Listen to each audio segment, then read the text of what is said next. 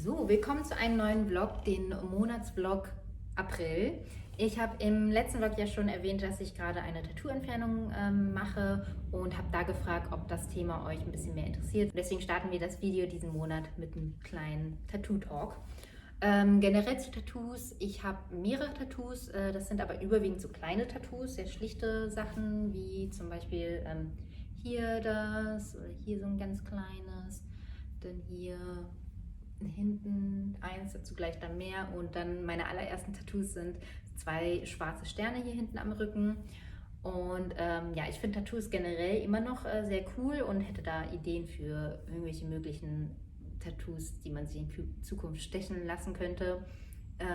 Also ja, ich bin auf jeden Fall immer noch für Tattoos sozusagen, aber bei mir gibt es halt ein paar, die mir mittlerweile oder auch seit längerem teilweise nicht mehr gefallen und wo ich mich dafür entschieden habe, dass ich die entfernen lassen möchte. Und das wären jetzt spezifisch gesagt einmal dieser Schriftzug hier, den fand ich ehrlich gesagt von Anfang an nicht so super gut, das Tattoo, weil es ist nicht super gut gestochen. Ich finde den Schriftzug nicht so super schön, weil es wurde so aus der Hand raus gestochen. Und ja, der Moment war halt das war ein super spontanes Ding. Es war an sich eine coole Erfahrung, aber ja, auf lange Sicht ist es nicht etwas, was ich noch länger haben möchte. Das zweite Tattoo ist das hier hinten, das Line Art. Das finde ich eigentlich an sich noch schön und cool. Das ist so ein Line Art mit 2 sich küssenden Menschen. Und ja, eigentlich ein cooles Tattoo, aber irgendwie so in den letzten Jahren, immer wenn ich das so gesehen habe im Spiegel, weiß ich nicht, wäre es mir lieber gewesen, wenn es nicht da wäre, wenn ihr wisst, was ich meine. Also ich finde es cool, aber ohne fände ich es schöner. Ja, da ist es mir dann lieber, dass ich das dann entfernen lasse. Obwohl ich an sich das Tattoo schön finde. Aber ja, da kann man halt sehr unterschiedliche Gründe haben für und auch gegen ein Tattoo, und das ist dann einfach ganz individuell, kann dann halt jeder entscheiden. Und ja, die 2 hab ich mir dann in den Kopf gesetzt, dass ich die entfernen lassen möchte, und da war dann die Frage, okay, wo gehe ich hin? Weil es gibt ja mittlerweile sehr, sehr viele Standorte, wo man sich Tattoos entfernen lassen kann, aber man kann sich halt nicht so recht entscheiden, wo man hingeht. Und da finde ich es immer am besten, wenn man da auf Empfehlung was findet, also wo Freunde von einem da waren und die erzählt haben, dass sie zufrieden damit sind. Und so war es dann auch bei mir der Fall.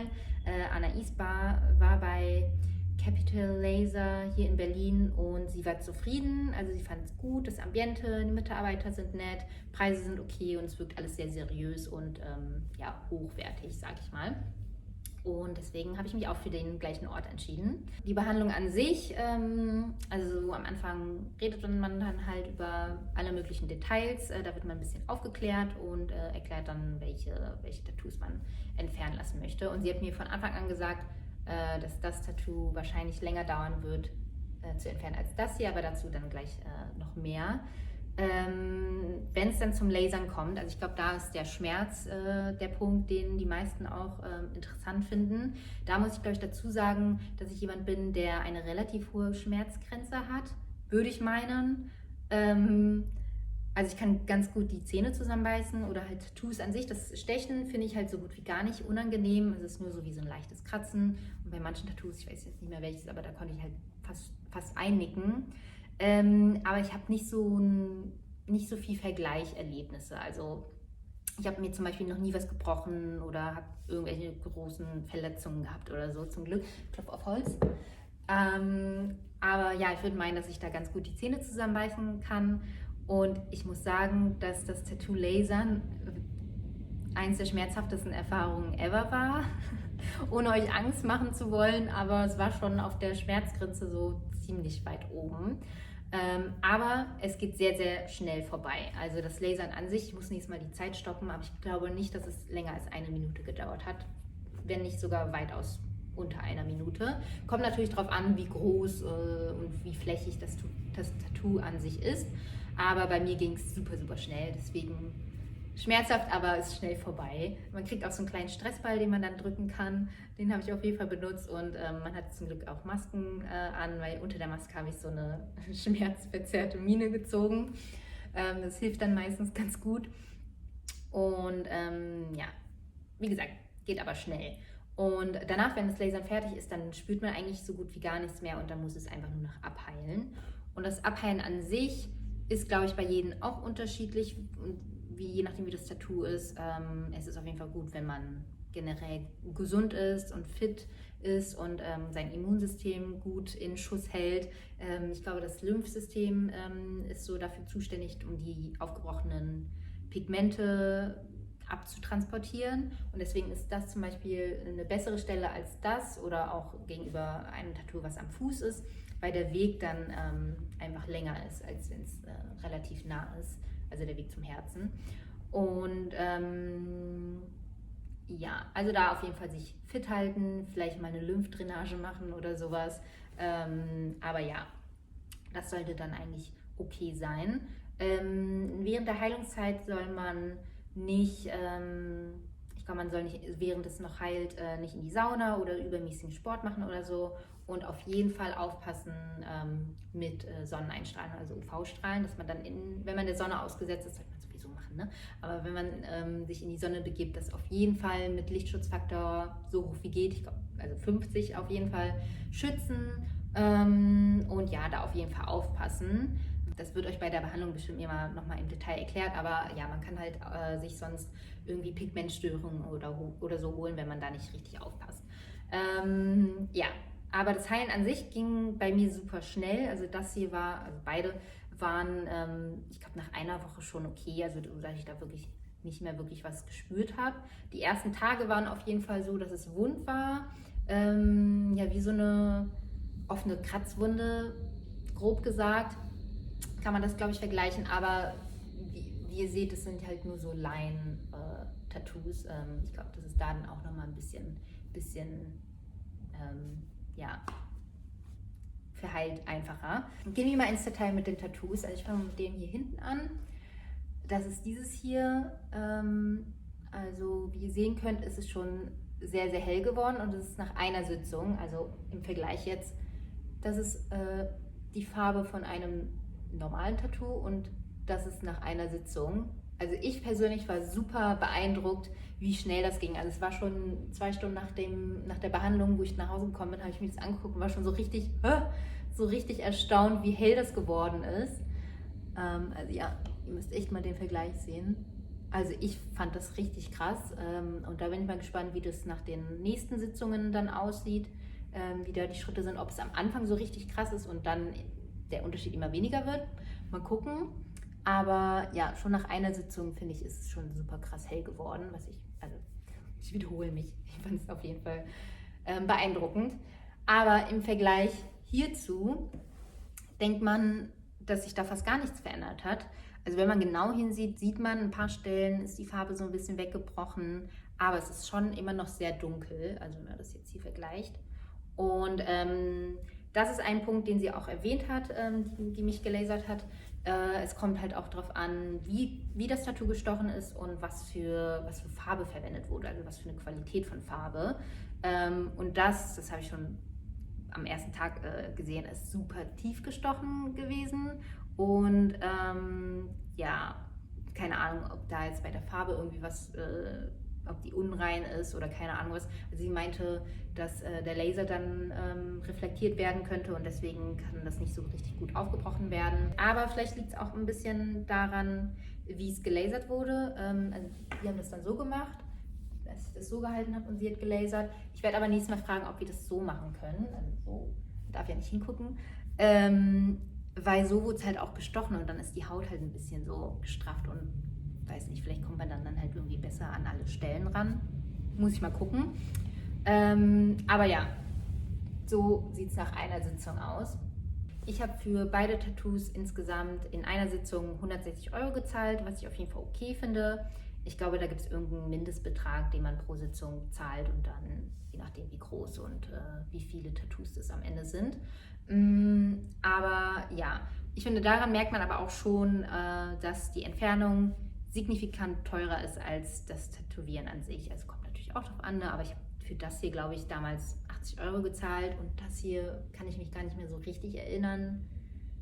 Aber das Entfernen wird auf jeden Fall teurer sein als das Tätowieren an sich und deswegen rein aus finanzieller Sicht sollte man sich das Tätowieren auch wirklich überlegen, weil das Entfernen halt nochmal kostspieliger ist.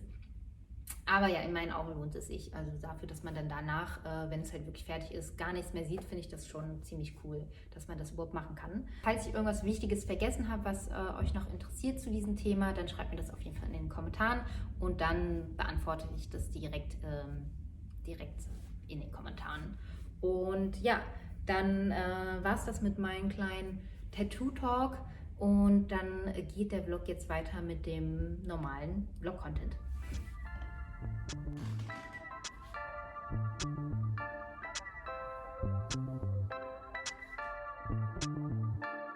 On a topless mountain, the east wind blows. I was getting high on West Coast vibes. Today no pain, never really tried. So I couldn't see you, even in the night. On the coast of Marissa, I found myself, but I had to lose you for a little while. 40 nights of sleepless daydreams in my head, reaching out for something I could understand. Bathing in the sunlight, dressed in purple haze, you and me together, different time and space.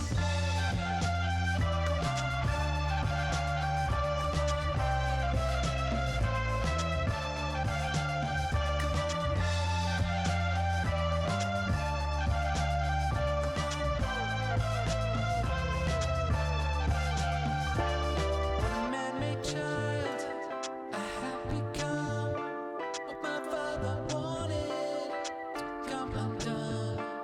Like a sweet tomato, I crushed your party, then said goodbye, 'cause you left me speechless. 40 nights of sleepless daydreams in my head, reaching out for something I could understand. Bathing in the sunlight, dressed in purple haze, you and me together, different time and space.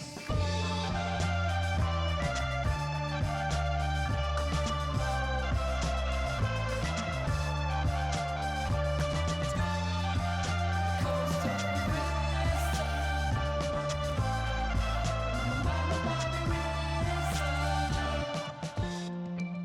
20 days, 40 nights.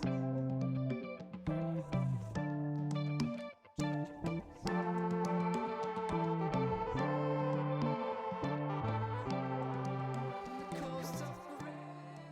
Ich wollte euch mal zeigen, was ich bei der Euphoria Party so ein bisschen an Produkten benutzt habe. Also zwei Sachen in Speziellen. Und zwar einmal so ein Haargel für die gestylten Babyhaare. Das ist von Aesop das Hair Polish oder Sculpt Hair Polish. Das ist so ein durchsichtiges Gel. Und das ist ganz cool, dass es halt wirklich durchsichtig trocknet. Also es wird nicht irgendwie halb durchsichtig, sodass es dann irgendwie sichtbar ist. Und es riecht eigentlich auch ganz schön. Und damit hat es eigentlich ganz gut funktioniert. Ich werde das jetzt mal versuchen, das nochmal so ein bisschen zu recreaten. Ich hoffe, ich kriege es auch wieder hin.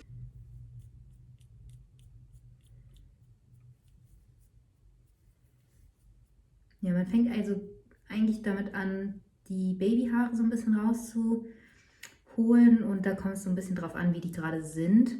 Das ist so ein bisschen Glück irgendwie, wie die Haare halt gerade wachsen.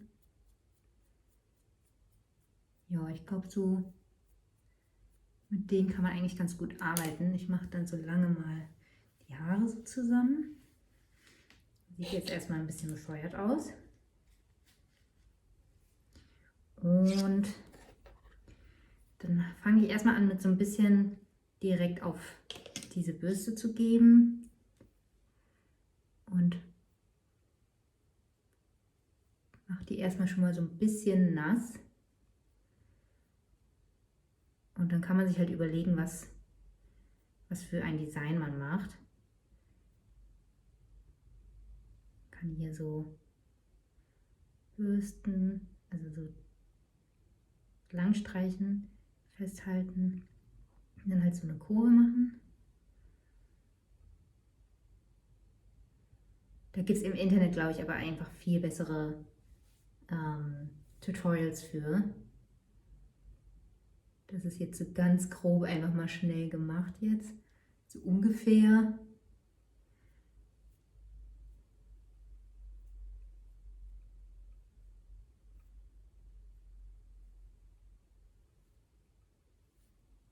Also so eine Mischung aus Langstreichen, mit dem Finger dann festhalten und dann so diese Welle entstehen lassen. Dann mache ich noch mal ein bisschen mehr. So, wie habe ich das nochmal hier gemacht? Ich glaube, da habe ich so einen Kringel nur gemacht. Ich weiß nicht mehr, ob der so nach außen war oder nach innen. Kann ich mich gerade nicht mehr erinnern.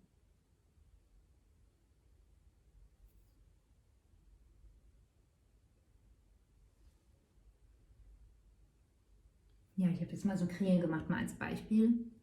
So, ich habe mir doch wieder die Haare offen gemacht, weil das irgendwie cooler aussah. Also ja, das mal so als Beispiel für, es ist relativ schlicht und vielleicht nicht gerade das beste Ergebnis, aber um euch einfach mal kurz zu demonstrieren, wie ungefähr ich das gemacht habe, beziehungsweise welches Produkt ich dafür benutzt habe. Das kann ich auf jeden Fall sehr empfehlen. Gerade wenn man es halt irgendwie schon recht viel so auch auf dem Gesicht so drauf schmiert, finde ich es gerade angenehm, dass der Duft halt hier schön ist und nicht so nach so einem typischen billigen Haargel oder so riecht. Und das zweite Produkt, was bei einem Euphoria-Motto sehr wichtig ist, sind diese Glitzersteinchen. Also die klebt man dann sich so einfach auf. Die gibt es bei Amazon in so einem relativ großen Paket. Also da ist man dann auf jeden Fall für lange Zeit versorgt oder kann da auch mal ein bisschen was sich vertun und so. Und ja, das ist auf jeden Fall auch, macht einen riesen Unterschied vom Look her. Also das mit den gestylten Babyhaaren finde ich ist so, ja, schon irgendwie essentiell für den Euphoria-Look.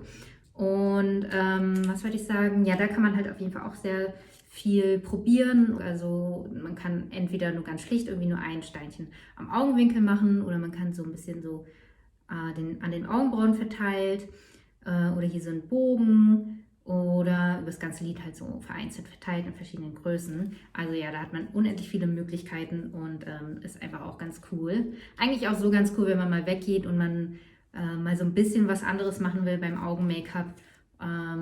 Ja, es ist eigentlich eine ganz gute Sache. So ein bisschen, ja, Nostalgie eigentlich auch ein bisschen für so 90s Kids. Und ja, das sind eigentlich die zwei Produkte, die ich euch zeigen wollte, die ich halt an dem Abend benutzt habe und die ich weiterempfehlen würde. Ja, das war es eigentlich auch.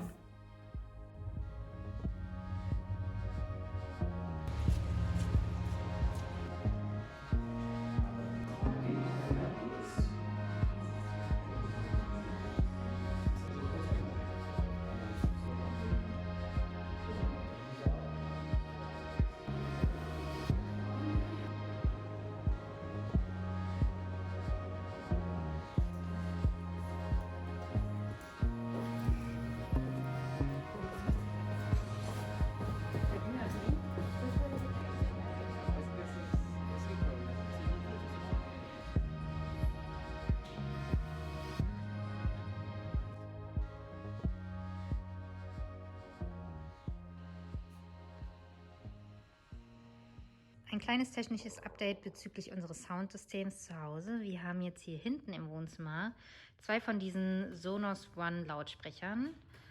Also hier einmal auf der Kommode hier und hier auf dem Marmorpodest. Ich finde, das sieht halt auch echt ganz cool aus. Also ist nicht allzu auffällig und ja, trotzdem schön designt und so.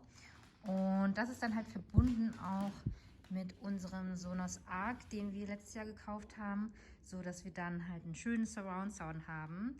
Darüber hat sich Johannes richtig doll gefreut. Und ja, da kam uns auch die Idee, sollten wir vielleicht mal überlegen, ob wir uns so ein richtiges Heimkino hier schaffen, also mit so einer Leinwand, die wir vielleicht hier oben hinter dem Balken befestigen, die dann so runterfährt. Und dann ungefähr die Entfernung würde auch passen von den Berechnungen, die Johannes mal gemacht hat, sodass es auf dem Sideboard aufgestellt werden kann, also der Beamer. Und das würde dann ein ziemlich großes Bild projizieren. Da müssen wir nur gucken, dass wir das richtig abdunkeln und so weiter oder dass der Beamer halt entsprechend auch irgendwie lichtstark genug ist und so. Aber ja, das wäre schon ziemlich was Feines, weil wir sind ja beide so relativ gerne am Filme schauen oder spielen halt auch PlayStation. PlayStation kann man ja dann auch auf den Beamer übertragen, was halt schon ziemlich cool wäre. Ja, das wäre auf jeden Fall mal eine Überlegung, dass wir uns mal durch den Kopf gehen lassen. Vielleicht jetzt nicht unbedingt in nächster Zeit, aber vielleicht im nächsten Winter oder so. Und das wäre schon irgendwie ganz cool. So Filmabende auch machen mit Freunden zusammen. Das wäre schon ganz cool. Mal gucken.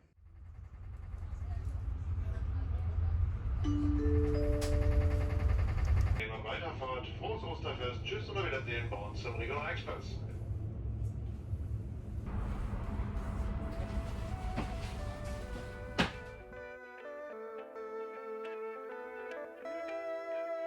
We are shadows on the mountains. We are daylight in the night.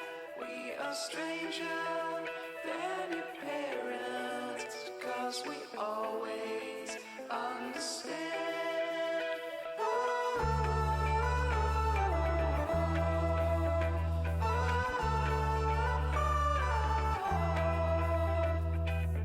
Way down our line, never get back my times. We go where the water flows, find a place where something grows. Now I understand that they'll never comprehend our life, too surreal, like running when you're standing still.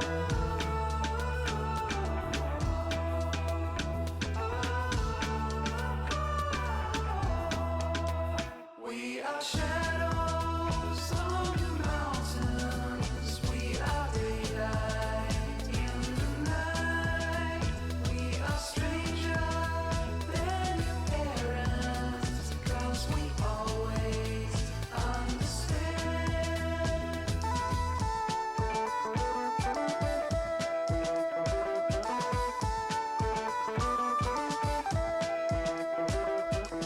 We washed up on the shore, found God in a candy store. To live here is to die for. Still I ran out the back door.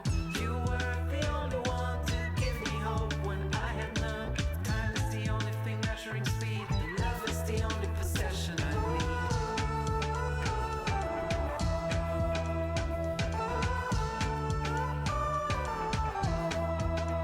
We are shadows on the mountains. We are daylight in the night.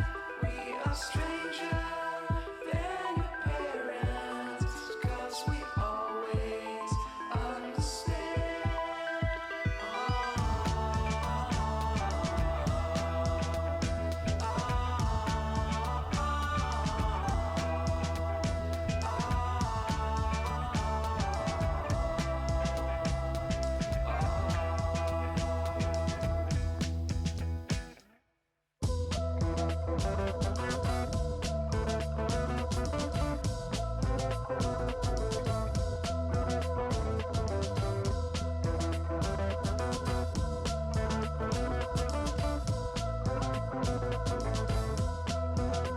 We are shadows on the mountains. We are daylight in the night.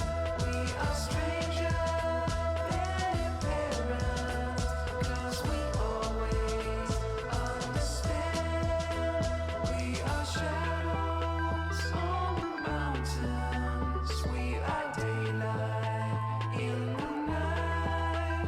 We are stranger than your parents, 'cause we always understand.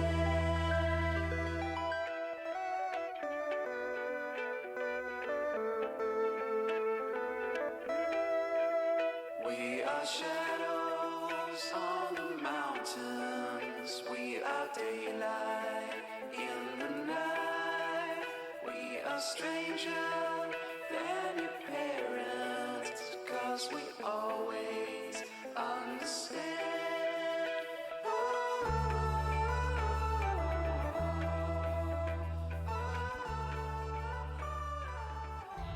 Ich habe ja in einem älteren Vlog schon mal erwähnt, dass ich so das Esszimmer so ein bisschen umstylen will. Also mit der Wandfarbe wird es noch ein bisschen dauern. Das schaffen wir einfach zeitlich momentan nicht, das irgendwie hinzukriegen, dieses Zimmer und das andere Zimmer zu streichen. Das schieben wir noch so ein bisschen auf. Und die Lampe wollte ich ja auch ändern. Die kommt aber erst im Juli ungefähr, ist sie lieferbar. Und ich habe sie im November bestellt. Also ja, das dauert auch noch ein bisschen. Und ein nächster Punkt wäre der Esstisch. Mit dem bin ich auch noch nicht so ganz zufrieden. Also es ist ein schöner Esstisch, aber es ist nicht so der Look, der mir so wirklich gefällt. Ich drehe mal kurz die Kamera um. Also das hier ist der Esstisch. Das ist von Tradition, der In-Between Table in Eiche, wenn ich mich nicht irre. Also wie gesagt, es ist ein schöner Esstisch. Ich mag auch die Qualität, er ist schön hochwertig, hat ein schönes Format und alles. Aber ja, irgendwie vom Look her ist es nicht so wirklich die Richtung, die ich so 100% fühle. Der ist mir irgendwie ein bisschen zu modern. Ich mag nicht so gerne die 4 Tischbeine, die sehr, ich sag mal, sehr normal sind und relativ dünn irgendwie auch. Und ich hätte gerne etwas, was irgendwie eine andere Art von Beine hat. Also irgendwie eine Säule in der Mitte oder 2 Säulen oder ne, irgendwie sowas in der Richtung, was halt nicht diese 4 Beine hat. Weil das ist mir irgendwie zu viel Gewusel da unten.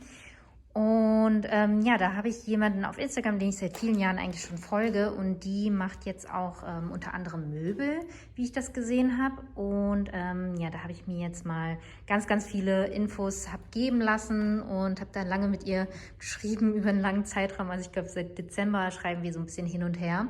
Und ja, jetzt habe ich inzwischen mir so Samples von verschiedenen Materialien bzw. Oberflächen geben lassen.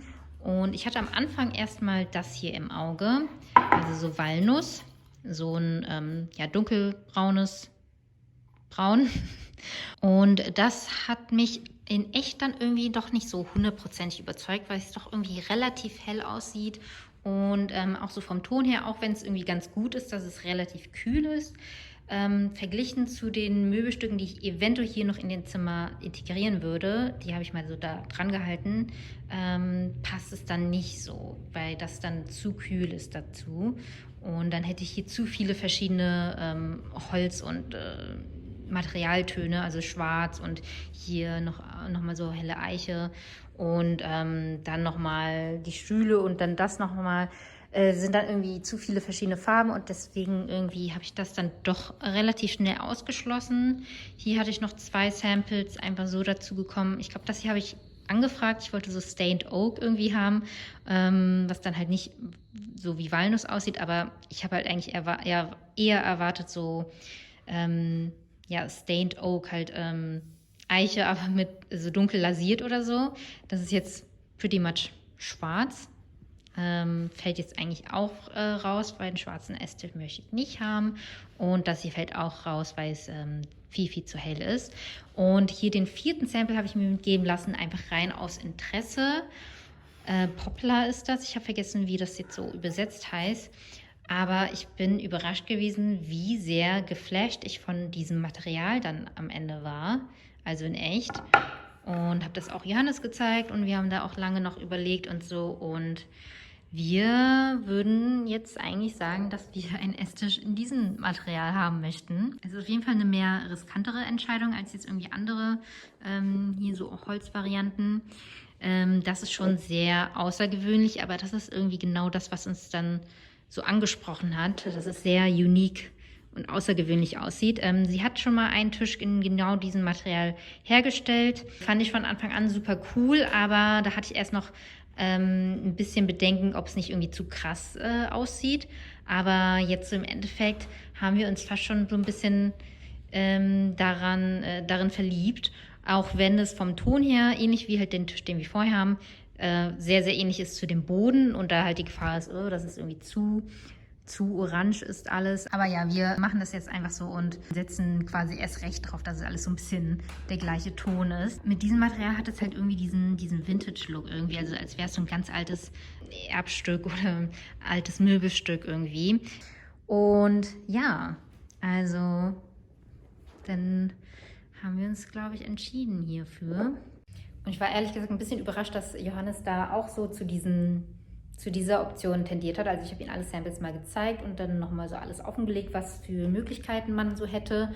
Und habe erstmal nichts gesagt, nicht gesagt, was meine Meinung ist. Und ja, und dann hat er halt auch diese Tendenz dazu gehabt. Auch so mit Bedenken von wegen, oh, ist das vielleicht ein bisschen zu krass, zu außergewöhnlich.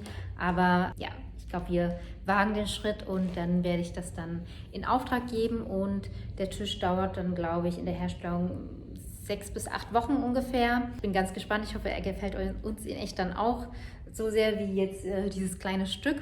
Und ja, ich bin sehr, sehr gespannt. Und wir werden dann diesen Esstisch versuchen zu verkaufen. Ich glaube, entweder auf eBay Kleinanzeigen oder vielleicht auf Instagram oder hier so. Also wenn einer von euch Interesse hat an diesem Tisch für natürlich weniger als den normalen Verkaufspreis momentan, der kann mir ja gerne eine E-Mail schreiben oder eine Nachricht oder so. Da können wir mal gucken. Wie gesagt, also so bis Ende Juni haben wir den, glaube ich, immer noch. Also bis Ende Juni ist, glaube ich, der Tisch noch nicht fertig. Und ja, die Stühle, die Wishbone-Chairs werde ich auf jeden Fall erstmal behalten. Und die Freischwinger kommen aber weg. Und ich glaube, ich werde die dann auch verkaufen. Und ja, da auch das Gleiche. Also wenn da jemand dabei ist, der die in 4 bis 8 Wochen kaufen möchte, der kann sich gerne melden. Und ja, das war es, glaube ich, mit so einem kleinen Update hier vom Esszimmer. Wie ihr sehen könnt, habe ich hier auch den Rahmen noch nicht geschafft, irgendwie zu besorgen. Das sollte ja eigentlich an die Wand kommen. Aber okay, irgendwie schaffen wir halt momentan nicht so viel. Also wir haben uns so einige Sachen vorgenommen, aber die Zeit rennt einen irgendwie wirklich davon. Die vergeht so schnell und dann hat man irgendwie nichts geschafft. Aber gut, so ist das dann halt. Und ja, ich glaube, das war es jetzt erstmal alles dazu, was ich gerade erzählen wollte. Und ja. So, wir gehen nachher noch zum Abschiedsdinner von Anais und ich wollte euch mein Outfit vorher zeigen. Ich trage meine geliebte COS Jeans, den breiten Arcade-Gürtel, ein T-Shirt von, ich glaube, das hier ist von And Other Stories und die Kate Boots. Ich werde, glaube ich, dazu noch einen Blazer tragen, falls es nicht ganz so warm sein sollte. Ja, so ist das Outfit. Aber ich zeige euch das Ganze gleich dann nochmal mit Mantel, weil ganz so warm ist es dann draußen halt irgendwie heute doch nicht. Ja. So, jetzt haben wir das Outfit nochmal mit Mantel. Und ich habe jetzt auch noch mein Buckethead angezogen, weil es nieselt so ein bisschen. Aber es ist zu wenig, um den Regenschirm anzuziehen. Und deswegen kommt seit längerem mal wieder dieser Hut zum Einsatz. Ich mag den sehr gerne, weil der nicht zu klein ist und auch nicht zu groß. Und es ist auch so ein Nylonstoff. Das heißt, es ist gut für so ein bisschen Nieselregen. Und ja, so ein bisschen Schichten heute hier. Ja, das ist jedenfalls mein Outfit für heute Abend.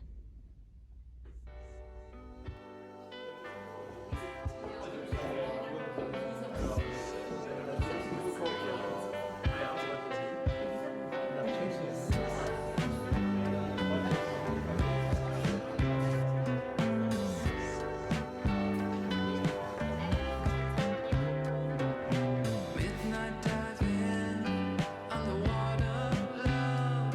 When words make sense, but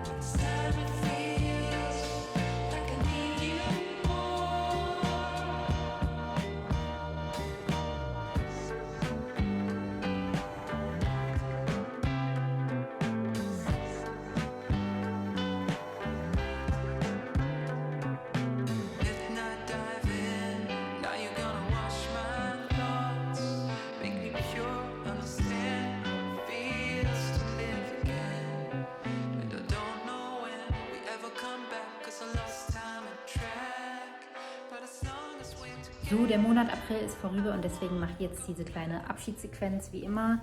Ich stelle euch mal hier hin, dann zeige ich euch noch kurz mein Outfit. Weil ich habe irgendwie schon lange nicht mehr so ein Hemd einfach nur so getragen, also ohne Layern oder so. Das ist hier eins von Arket in diesem coolen gelblich-orangenen Pfirsichton. Ich weiß nicht, so wie eine Mischung aus allem. Und dann meine Cos-Jeans und der Arket-Gürtel. Diese Kombo habe ich diesen Monat wirklich fast durchweg angehabt irgendwie. Ja, cooles, finde ich cool. Warte, jetzt bin ich irgendwie zu weit unten.